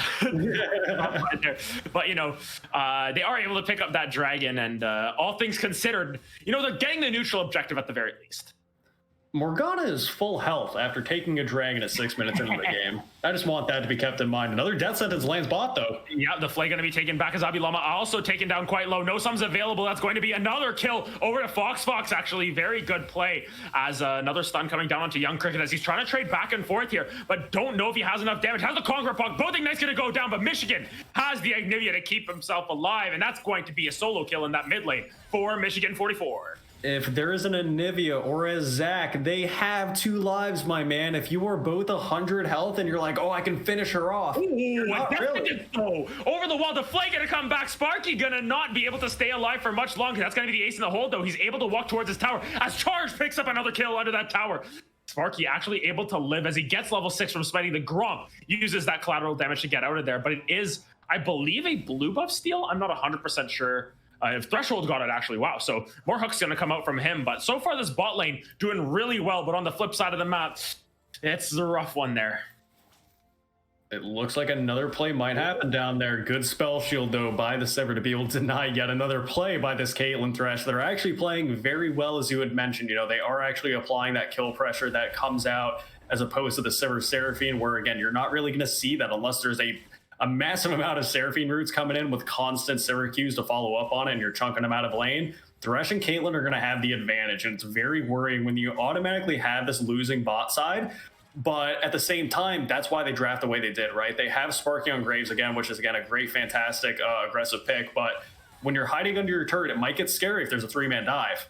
Yeah, especially if it's Young Cricket here who can steal the Encore. And Abi Llama might be the sacrificial lamb here, slammed upon, forced to flash out of there. But Young Cricket not actually going to go for that Seraphine ultimate there on the top side. Tenfold just at level 6, forced away from that Rift Herald. As you can see, there's the 2-man army there of Sparky and Michigan, able to take down that Scuttle Crab. But meanwhile, on the bot side, Young Cricket was looking for something, gives his bot lane a lot of pressure, and that's going to be a couple plates picked up for Fox and Threshold. A lot of people need to realize you do not need to get kills for a gank to be successful, because what we saw there, because of Slammed Upon and Abilama actually backing off there, they missed more than 2 waves of experience and gold. Like, you don't even need to pop the Encore. You don't need to go like super deep, especially if you aren't exactly sure where Sparky is as well. That's a completely fine play to make, but another play is going to be happening in this top side here. Yeah, that's going to be the Volibear ult coming down, as well as the flash coming out from Tenfold, but here comes Sparky on the flip side. Glads is only level 6. This doesn't look to be very good, as Glads taking a whole bunch of damage. Collateral damage going to come across. That's going to be a kill coming through as Tenfold. That ultimate doesn't do, or the Black Shield doesn't do a whole lot. Charge actually going to walk away from that stolen Seraphine Encore. Actually going to pick up that kill. On the turnaround, and Tenfold is walking away. Gets rooted up for about 2.5 seconds there by Tenfold's Dark Binding. But Threshold now on the top side. I don't know if you want to go for this one, Threshold. You're level 5. You have a Guardian as opposed to Aftershock. So that's going to be a first tower taken on the top side. Fox, while he is strong, I don't think he's strong enough to be able to really bully out in a 1v2. Charge here. We saw in game 2 that with this Darius, he was able to establish like a little more than a 1k gold lead, a lot of pressure up in that top side, but it is 10 minutes in. It is 10 minutes in, and there's a 4-0 Renekton with 100 CS to 30. Like, this is an absolute disaster. And again, it was exactly what they planned. You have like the losing bot side. They decided to play weak side. We have Sparky up in the top lane to get the massive lead, and Cricket looking for a lead of his own. Yeah, Cricket going in, but he's 2 levels down on Michigan. Michigan actually going to flash out, has that Ignite back up. Will he be able to land the last little bit of damage? Oh my goodness, that's taking you out very low. But Young Cricket going to go back in with the flash and his own Ignite. Kingslayer healing him back up as he gets the solo kill in that mid lane. So salvaging a little bit off the back end of that. But I was just going to say, look at that build, what he just bought. He backed but a full Blade of the Ruined King, as well as Merc. Like, he had 3,500 gold in his inventory, whereas poor Volibear has a ring, crystal, and some boots. But here we go. Abilama actually taking down very low once again. This is going to be the ace of the hole landing down. That's actually going to be onto the spell shield, though. The box is going to come down as well. Abilama going to get taken down by that last tick of Ignite, as Threshold able to pick up a kill on what looked to be a game of inches. Once again, Slammed Upon played that as well as he possibly could. But in the end, it was to no avail, as Abilama goes down for the 3rd time this game. Summon Airy on Seraphine is really troll, and we've seen again 3 deaths already early on, and especially when it's like to the last tick of Ignite like that, Guardian would have made the difference. You would have lived. And if you're in this losing matchup, it's Sivir Seraphine. This is more so a scaling lane in comparison to the kill pressure lane of a Caitlyn Thresh. You don't want something where it's like, oh, I'm going to bully them extra hard. Like, that's not your role. That's not going to be your expectation in this matchup. You need to survive. You need to just scale to the heavens, because again, like, the people that want to take over the game early for you, it's Charge and Sparky. They're going to dominate the top side, but here again, we see a full health Morgana being able to take Dragon almost effortlessly, as with nothing more than an amplifying tome. So that's actually really cool to see. I love the Riot Games balance team, but now it is now a little less than a 5k gold lead in the favor of last resistance right now. So they have a massive lead, and as you mentioned, the Blade of the Ruined King Renekton makes him such a scary threat. Nobody can 1v1 this guy right now. He has the Ignite, he has the Press the Attack, he has a full item, doesn't need to have the Mythic yet, but even having the Executioner's Calling to make sure that he has that Grievous Wounds, and he's even looking for a play already.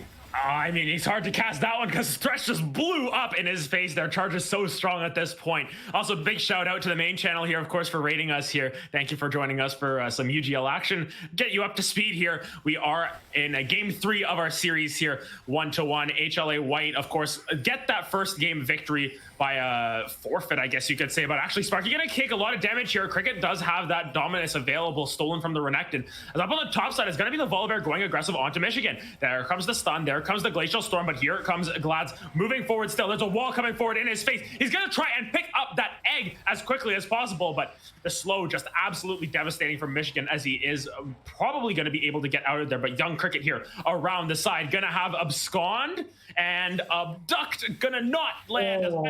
Another wall coming out. This is so frustrating, but Anivia is starting to run out of mana. Eventually they will be able to catch up, as Young Cricket going to wait for it. Wait, Abscond? Abilama is around if you walk up Michigan. Like he's right over there. Like, They're You could not walk into their base. You can walk What towards is your going support. on? No? Okay, fine. Just give Yeah, up. oh my goodness, but they're going in for the play on the charge, but Charge does so much damage already. That's going to be the Caitlyn taken down off the 1v3 as Glad's finally able to pick up Michigan as Sparky coming back around. Tenfold was able to pick up that big shutdown, 1,000 gold into the Morgana's pocket, but Sparky chasing this one down. Threshold's going to get taken down by the collateral damage as well. And, that gold lead staying right there despite the big shutdowns. I was praising Charge for a lot of this series, but that was a detrimental mistake. You're getting way too cocky. I know you're a 6-0 Renekton, and I know you're getting even more hyphy. I believe going for a Duskblade? Prowler's Claw? I'm not sure what's on this guy's mind, but either way, he's going in 1v3 because he's like, oh, maybe I can blow someone up, just to be able to E away, not a problem. Just, I can 1v3. I'm already huge. It's 14 minutes. I'm 6-1. That's fine. But as you had mentioned, a lot of this game nowadays, in the past few seasons, a lot of it has been the bounty system. And we see it doesn't matter that, they are still in favor a little less than 7k gold ahead, but giving 1,000 gold to that Morgana is going to allow her to get closer and closer to that Leandries that she is more than likely working on. She's sitting on about 1,500 right now. And if you're that far ahead, one of your biggest rules of thumb is like, okay, I cannot die now. Because if I die, I'm nearly worth 3 kills worth of gold. If actually, yeah, about 3 kills worth of gold. So it's not like, oh, I just died once. I'm only 6-1. It's not that bad. It's like, no, it's bad. You cannot do that. So it's a little bit of a mistake, but it's not too detrimental. But right now, Glads is looking for a rematch against Michigan. Yeah, looks like they're looking to go back into the forefront of this fight here. Michigan just, going to zone out Glad's. Glad's still about ACS down. There's about a 4,000 gold difference just alone in that top lane. So once again, top lane's being that difference, but you can see here in the jungle as well, Graves has been able to farm up quite well, 2-0-1, 300 gold shut down in his own right. And Young Cricket here getting a little bit caught out, but should be good to go. Sparky looking for a play on bot side. The 2v2 with the Renekton. Yeah, that's actually going to be Fox taken down. I look away for 1 second and all of a sudden they get that kill. But Michigan actually going to take a lot of damage from Gladsimang once again. Going to use that Stormbringer, but doesn't really have that movement speed. Michigan might have enough mana to kite this one out. Actually going to get that damage down. That's going to be the ignited. Michigan kites it out perfectly as Volibear unfortunately goes down. Does not have any magic resist in tow as Charge looking to move forward once again here. Threshold probably has the flay available. Going to use that lantern to try and give himself a little bit more. That's going to be the knockdown there. Charge so much damage. 50 Fury W just to the face. Yeah, a lot of stuff is happening on alternate sides of the map. And again, it's the responses of what one team is doing while the other is elsewhere. And it's one of those things that you got to wonder. HLA is kind of scrambling right now. How do they get back into this game with such a massive gold deficit? Again, as you said, a lot of it is just up in that top side. They had the Caitlyn and the Thresh actually establish a pretty decent lead. The Silas is behind in farm and not doing the hottest, but the Morgana actually pretty farmed up, hasn't died, got the Leandries finished as well. Probably going to be working towards that Zonies to help set up the team fights next as Graves is looking at Dragon. But something that pains my soul, something I'm very confident in, is bot lane itemization. And good lord, for like shield bow, I'm pretty sure it doesn't even matter if it's like Samira and stuff. Arguably, in my opinion, shield bow is an absolute garbage item, especially on Caitlyn though. I don't think you're going to get anywhere near the effectiveness of a Gale Force or a Kraken Slayer. But regardless, the third dragon is getting started up by Last Resistance. Yeah, looks like there might be going in for the steal, but not going to actually pull the trigger on that. That's going to be Graves picking that up. So Last Resistance getting a lot off the back end of that as Tenfold able to Black Shield just in time. Might have missed a little bit with that Q from Anivia, but in the end, the Rift Herald is dropped down.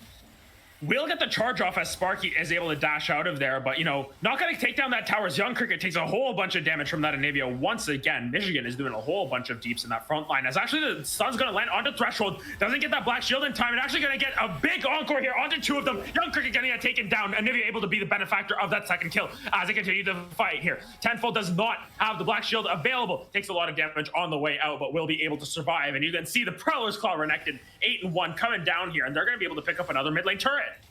It's pretty free for him at this point, and you have to think, especially when you're on something like Thresh or something that can, begin to make a pick and begin to make a play. We saw Threshold just kind of stand in the front, in front of all of his teammates against 4 of the members of Last Resistance just to throw out a hook. Even if it lands, what do you plan on doing with that, buddy? Like, are you going to go in on it? Or are you going to go on that Mordecai that doesn't quite land, but the stun on the Sivir does?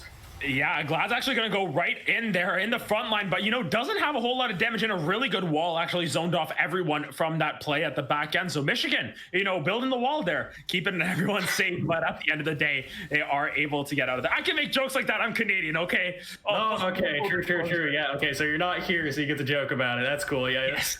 So I mean, with that though, we are seeing the power of the Anivia though, and it's a lot of that zone control, not just the ultimate, but as you said, the powerful wall that's able to really just like deny so much of anything that HLA is trying to, find where they can get back into the game. And that's one of the biggest factors of Anivia isn't really like playmaking, but it's that denial. It's that, oh hey, are you gonna siege me forever? Are you gonna Prowler's Claw into Young Cricket and just absolutely obliterate him? What just happened? That's what Charge is doing. That's a clip right there. Any clippers in chat? That was a great one shot. I'm like watching it because I have the broadcast on my other monitor. I'm watching it back, and I still just find it absolutely baffling that he just got taken down in one shot like that. And he has that Seeker's arm guard, but it doesn't do anything against the lethality and Blade of the Ruined King. But that's just how strong Charge is right now. He's up in his own right, still about. Let's see. Oh my goodness! If you look over the gold graph, he's up 6,000 gold just alone in his lane matchup. It's a little bit rough if you are the side of HLA White because it is last resistance, putting up a whole bunch of resistance and really starting to take over game 3 here. I definitely feel the pain of Fox and Threshold though, especially playing a little bit better in the bot side this game, as opposed to game 2. It sucks when you're playing AD carry and you're playing a role that does need to scale to about 20 minutes into that like 2 to 3 item point to actually really fully loot or utilize it. If you build correctly, I'm going to still flame the shield bow into oblivion. I think it's an absolutely terrible item.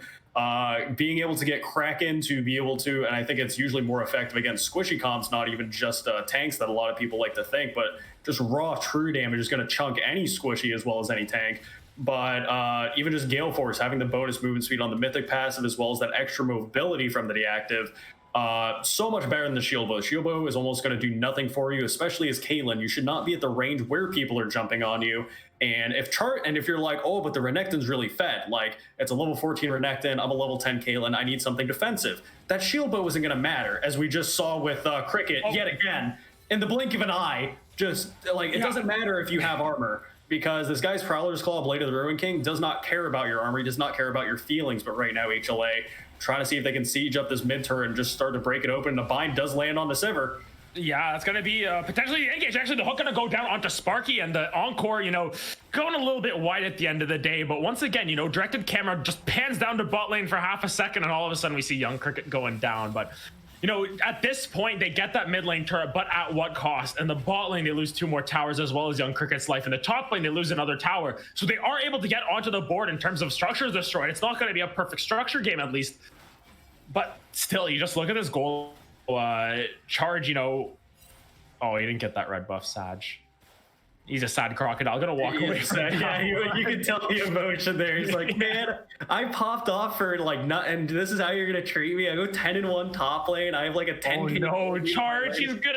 Is he gonna pull the trigger? He's going right in onto Tenfold. Oh my goodness! God. Damage from the Cult of Meek takes down Tenfold to about 5% HP. Threshold, that's not the person you want to be pulling here. Charge might be still on the hunt here. Has that dominance. Gonna dash forward. Gonna use that stun. 3 auto attacks, and Fox is at 70.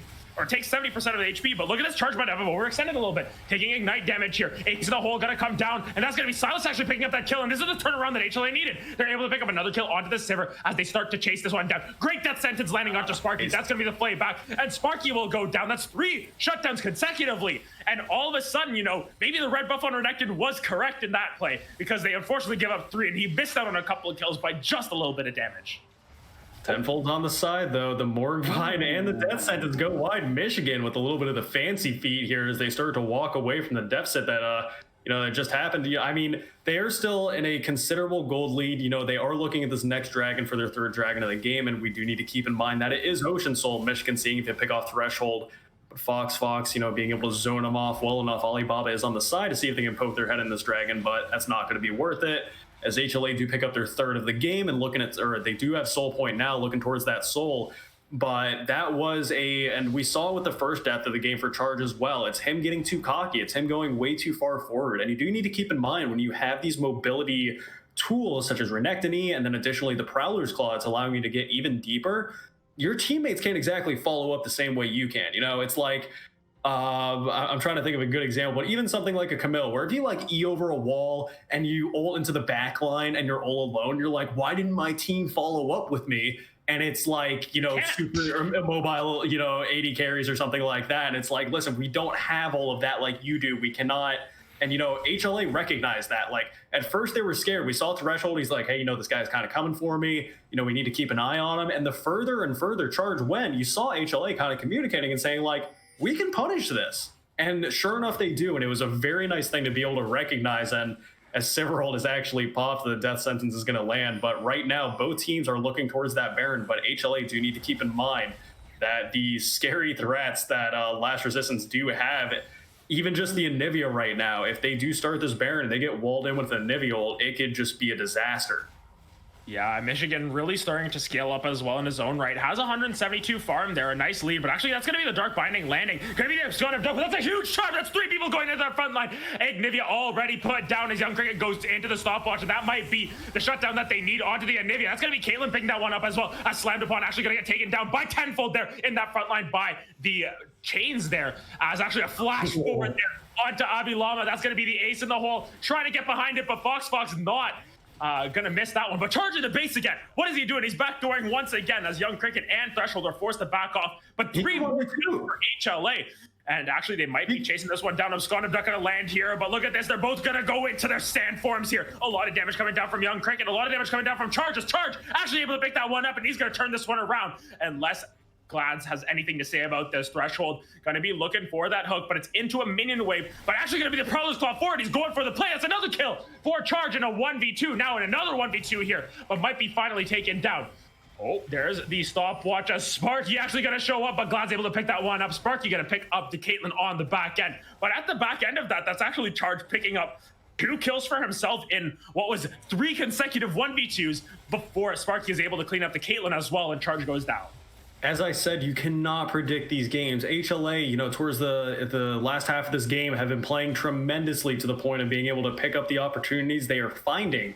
And right now, I think that, Last Resistance are starting to sweat a little bit. They're realizing that, man, even though we accrued this, huge gold lead and we're starting to steamroll the game, especially, just playing around our top side, we don't have the grip on this game just yet. It is still in anybody's favor, and a lot of it is going to be around this Baron and around this Dragon Soul. Yeah, so we're going to see exactly what comes through around this Baron, because that's kind of the next big objective on the map, at least for the next 90 seconds. You can see that Ocean Soul is going to be spawning onto the map shortly, but for the time being, we're just going to see tenfold continuing to scale up here. 2-0-2 has had a very strong game, despite all of these kills, 34 kills in total. He's, he hasn't died yet this game, which is really nice to see coming out from the Morgana jungle, something we weren't really expecting, but has that Leandri's working towards that Zonya's next, which will give a little bit more safety. So got to keep an eye on how this Morgana plays out. But right now, it's still going to be an uphill battle if you are the side of HLA White here, because they're down still about 7,000 gold. And, a Baron play could turn it all, but Charge has just been on those side lanes on a mission. And, if you make a play at Baron and you lose a couple too many people, Charge could just end the game. Absolutely. And as you said, the Morgana does have her stopwatch available now, and it allows for so many more opportunities. If you can get in there and actually utilize that stasis, it can really be trouble for Last Resistance if they have the Morgana in the backline. She actually does manage to bind up the Seraphine and the Sivir, assuming the spell shield from the Sivir is just wasted on something else, which it very well could be. You have Young Cricket constantly trying to go in the Silas, or constantly trying to find picks. Threshold constantly looking for the death sentences. So there is a chance where they can actually say, like, listen, we look for the spell shield. As soon as it's popped, we go in there with Morgana. We have the flash available. We have the stopwatch available. We can make something happen. But it is still the everlasting threat of Charge right now. But there's a little bit of a peace bush. Oh, yeah. Here comes Charge right into the back line. And there goes the Caitlyn. Almost instantly going to get ignited. That's going to be the last tick down. There's going to be the root as well. And they found the 2 kills that they needed. That's going to be the kills on to the Caitlyn and the Thresh. And we saw it coming, but they did not. And, they were trying to rotate over to potentially pick up that Ocean Soul. Holy my goodness, look at lord. that damage coming through from Tenfold. But I don't think this Morgana is going to be enough to save this inhibitor at least. That's going to be at least another inhibitor going down as Young Cricket here, as well as Tenfold and Glads are going to try and keep this one alive. That's going to be the Encore stolen away, though. So Young Cricket might be looking for the play, but looks like they're just going to go over towards this dragon and prevent the soul from going down, extend the game out another 5 minutes here, at least in terms of the win condition for the side of HLA, and maybe turn towards that Baron as well, because, you know, they're still you can just see the Caitlyn and the Thresh just respawning now, and no steal opportunity here. Michigan actually going to be on the bush, not going to land anything, as they're just going to reset off the back end of that. They do deny the Ocean Soul for a little bit longer, even working towards several Ocean Dragon buffs of them, or of their own rather. And as you said, like in a lot of these games, especially when we did see that Last Resistance, they were kind of struggling a little bit in the past like 5 to 10 minutes. They're like, man, how do we close out this game? How do we find these picks? And you know what? Sometimes it's just going back to elementary, dude. Sit in a bush, scan it, just wait. Literally just wait it out. And especially when you have charge on this Renekton, and we saw the very effective shield bow coming out from the Caitlyn, it does nothing. It does nothing when there is a Prowler's Claw, Blade of the Ruined King, Sterix, Chainsaw, Renekton to have to deal with, and right now Michigan's in some trouble of his own.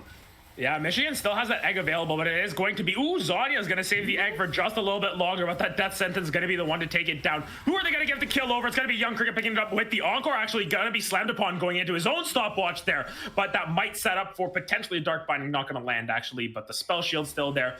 Renekton, he's safe. Okay.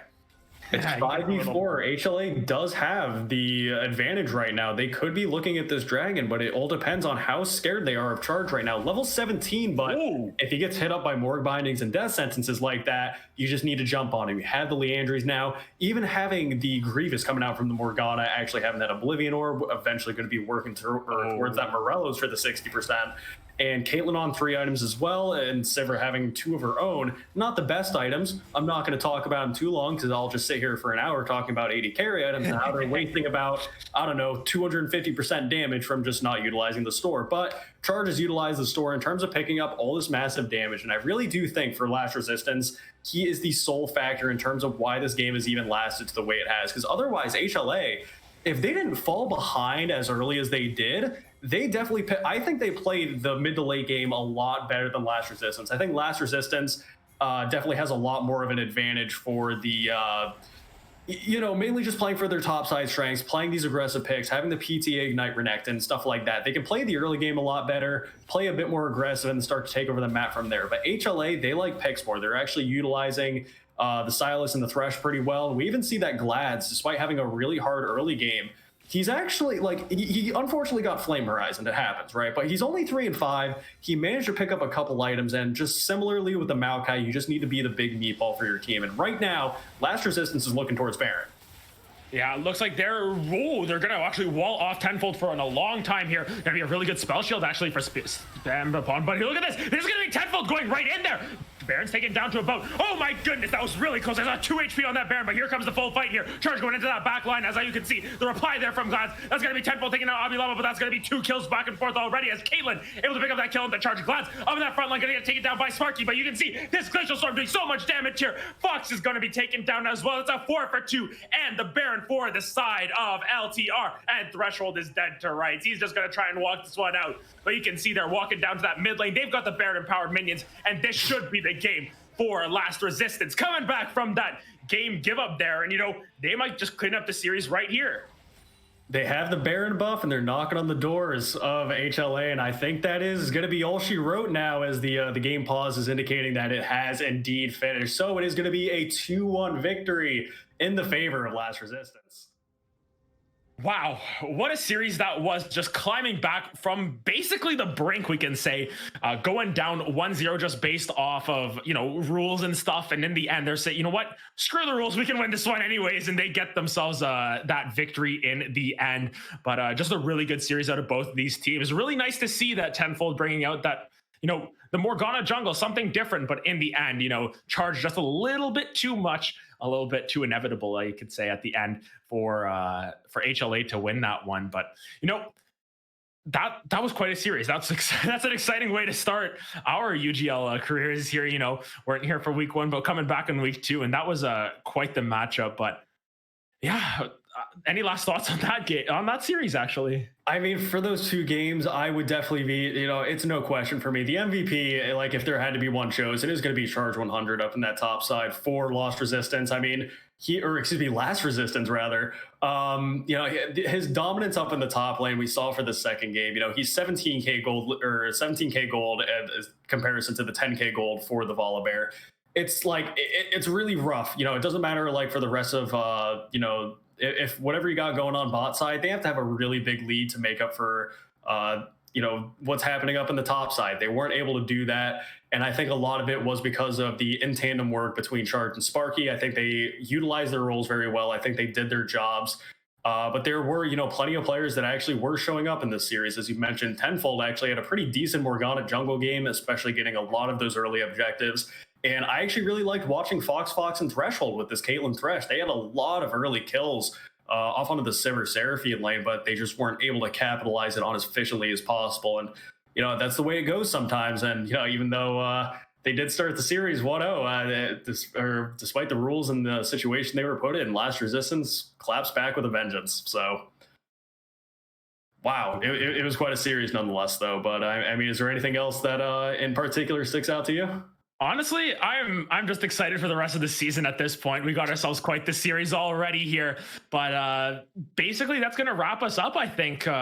Just want to give a big shout out to, of course, the Upsurge crew. Of course, got ourselves Listu, of course, next to me on the microphone. We've got Rasqueta, of course, on production today. And of course, thank you to Garrett as well as Alvaro in the back, setting all of this league up. But as for us, as for me at least, Half Asian Dad, that's going to be pretty much it for this broadcast of the UGL. You've been watching us here on Upsurge GG. And you know what?